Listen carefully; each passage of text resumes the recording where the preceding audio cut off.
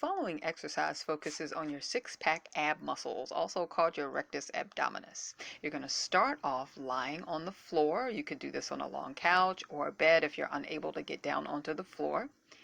Hands at the sides of your head, and you're going to raise your head and shoulders up off of the mat, keeping your legs bent and feet flat on the floor. You could do this first modification also by extending your arms out towards the ceiling, fingertips reaching towards the ceiling as you crunch up, raising your shoulders off of the mat. I prefer this method the best. Or you could modify here and extend your arms out as if you're trying to reach towards the heels of your feet. Still raising your shoulders off the mat. Repeat. Thanks so much for watching. Please like, share, and subscribe for more exercises.